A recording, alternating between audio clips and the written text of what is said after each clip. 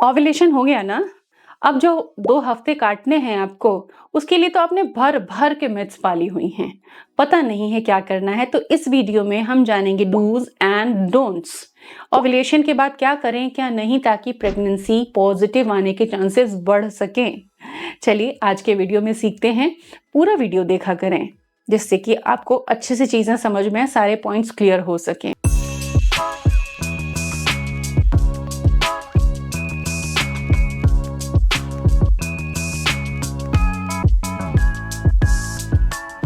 Welcome to Prerna's fertility care. आप pregnancy के लिए ट्राई कर रहे हो, लेकिन हर महीने बस गैस वर्क चल रहा है। सोचिए जरा कि अगर आपकी बॉडी आपको खुद बता दे कि अब आपके फर्टाइल डेज हैं, तो कैसा रहेगा। और यही काम करता है प्रेरणास फर्टिलिटी ट्रैकर गाइड। जी हाँ, यहाँ पर आप जानती हैं अपना BBT tracking, LH testing, fertility nutrition, Ayurvedic rituals and many more points in one tracking guide. तो लिंक बायो में दिया हुआ है, वहां जाइए, प्रोसेस फॉलो कीजिए, डाउनलोड कीजिए और अपनी एक नई साइकिल के साथ एक नई शुरुआत कीजिए, जो कि सफलता की शुरुआत होगी।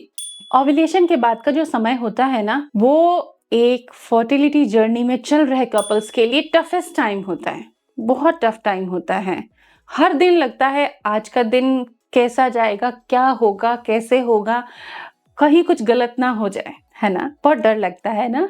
लेकिन ये वीडियोस आपको हिम्मत देते हैं, गाइड करते हैं, अच्छा बुरा बताते हैं। आपकी मदद के लिए मैं क्रिएट करती हूँ, इसलिए चैनल भी सब्सक्राइब कीजिए, ताकि अपडेट्स आपके तक पहुँचना उससे ईजी हो जाता है। तो डूज एंड डोंट्स क्या है, आइए समझते हैं। ओव्यूलेशन के बाद जैसे कि इम्प्लांटेशन सक्सेस हो, आपको पॉजिटिव प्रेगनेंसी रिजल्ट के चांसेस बढ़ सकें। तो सबसे पहले डूज बता रही हूँ, क्या करना है। लिखते जाना एक पेज पर और लगा देना, जहां से आप इजीली पढ़ के फॉलो कर सको। तो प्रोटीन हर मील में ब्रेक डाउन करके लेना है। ऐसा नहीं है कि सुबह प्रोटीन खाया था भाई, दोपहर को तो मैं मैगी खाऊंगी, ऐसा नहीं चलेगा। हर मील में प्रोटीन डिवाइड करना है। यही आईसीएमआर की गाइडलाइन भी होती है कि प्रोटीन अगर पर डे का डोज 60 ग्राम है, तो आप उसे ब्रेक डाउन कर लीजिए हर मील में। क्यों? क्योंकि जो ये 2 वीक वेट पीरियड होता है, इस समय बॉडी को tissue repair, hormone production, enzyme production के लिए अमाइनो एसिड चाहिए होते हैं, वो प्रोटीन से ही मिलते हैं। चिकन और एग नहीं भी खाते हो तो भी मैंने बहुत आइडियाज बताए हैं प्रोटीन के इसी चैनल पर, वीडियोस देखना और फिर आपको मजा आ जाएगा। दूसरा काम जो आपको करना है कि अब आपको यूट्रस में ब्लड फ्लो अच्छा रखना है। फोकस यहाँ पे होना चाहिए कि यूट्रस का ब्लड फ्लो अच्छा रहे, जिससे कि यूट्रस की रिसेप्टिविटी, ग्राह्यता बनी रहे। रिसेप्टिविटी की विंडो होती है, उसमें इम्प्लांटेशन सक्सेस होता है, और लक जिस दिन स्ट्राइक करता है उस विंडो में जाके इम्प्लांटेशन हो जाता है। उसको हम कैसे बढ़ा सकते हैं?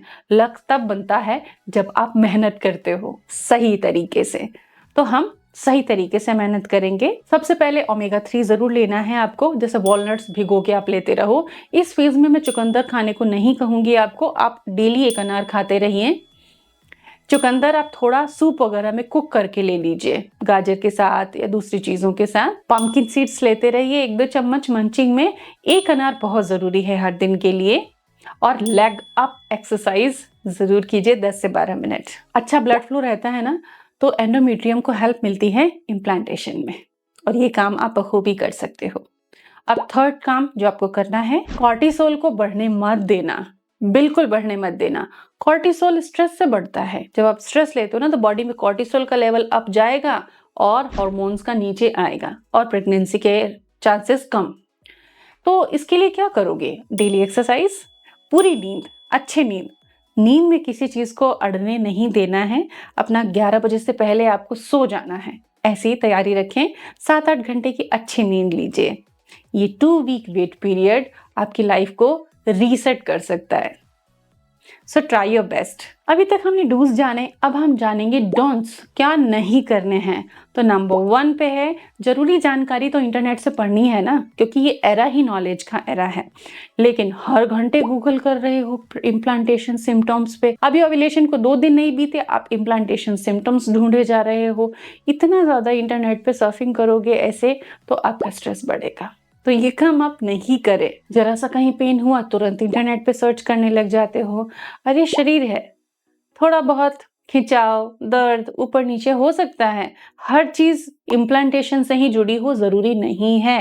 तो दिमागी कौतूहल क्रिएट मत कीजिए, इससे हार्मोन्स पे फर्क पड़ता है। तो बहुत ज्यादा इंटरनेट पे सर्चिंग ना करें। दूसरा काम, अगर आपका कोई पक्का वाला फास्ट आ गया जो साल में 1-2 बार आप करते हो, प्लीज स्किप कर देना, क्योंकि फास्ट से ज्यादा जरूरी है बेबी का आना। फिर आप फास्ट करते रहोगे पूरी लाइफ खुशी खुशी अपने बच्चे के साथ में, लेकिन फास्टिंग, क्रैश डाइटिंग और वेट मैनेजमेंट के नाम पे कुछ भी चल रहा है, ये सारे एक्सपेरिमेंट्स ना इस विंडो में नहीं किए जाते हैं, वो पहले से फॉलो किए जाते हैं। तो इम्प्लांटेशन के फेज में 2 वीक वेट में क्रैश डाइटिंग, फास्टिंग, व्रत त्योहार, उपवास, खाली पेट भूखे रहना, फलों पे चले जाना और जूस पे चले जाना, खाली दूध पी लेना, ये नहीं। प्रॉपर प्रोटीन युक्त बैलेंस्ड डाइट खानी है। अनाज भी खाना है, प्रोटीन भी खाना है, सब्जियां भी खानी, फ्रूट्स, फाइबर, पानी, सब चीज सही तरीके से। तीसरा काम जो आपको नहीं करना है कि फिट रहना है, हेल्दी रहना है। तो फिट और हेल्दी रहने का मतलब ये नहीं होता कि आप एक्सरसाइज करने लग जाओ। इस फेज में रिलैक्सेशन वाली एक्सरसाइजेस और योगा किया जाता है। इम्प्लांटेशन फेज में बहुत रिलैक्सिंग योगा किया जाता है। बॉडी का जो मिडिल पार्ट है उस पर प्रेशर या वहाँ की स्ट्रेचिंग ज्यादा नहीं होनी चाहिए, इसका आप ध्यान रखें। पेट के बल प्रेशर डाल के जो एक्सरसाइजेस होती हैं वो नहीं आपको करनी है।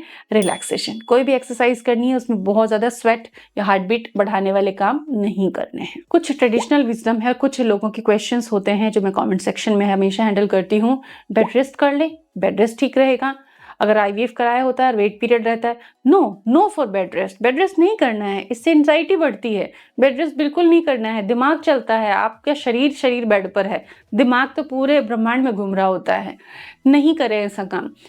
घर के रूटीन के काम कीजिए, अपने काम कीजिए, कुछ बढ़िया बनाइए, हेल्दी बनाइए, खाइए, कुछ बढ़िया पढ़िए, पेंटिंग कीजिए, क्रिएटिव काम कीजिए, अच्छी नींद लीजिए, घर को ठीक रखिए, पर रेस्ट अच्छी डाइट के साथ में। बाहर का खाना इस समय नहीं खाना है, चाहे आपको बहुत पसंद क्यों ना हो। मैदे की चीजें मत खाइए, घर का हेल्दी बनाकर खाइए। पर घर में मैदे का कुछ भी बना के नहीं खाना, आपको घर में हेल्दी कुकिंग करके खाना है, जिसमें गुड क्वालिटी ऑयल यूज होते हैं, गुड क्वालिटी मटेरियल आप यूज करके फ्रेशली कुक करके खाते हैं। और एक गलती ना करना कि प्रेगनेंसी टेस्ट बहुत जल्दी कर लेना, नतीजे नहीं मिलेंगे। जब तक HCG का लेवल 5 यूनिट से ऊपर नहीं जाता ना, किट में पता नहीं चलता। तो डेट जिस दिन खत्म हो, सपोज आपकी डेट है 5 तारीख, तो आपको 6 तारीख को टेस्ट करना है। याद रखिए इन तरीकों के साथ। हमारी शुभकामनाएं। Stay tuned with us.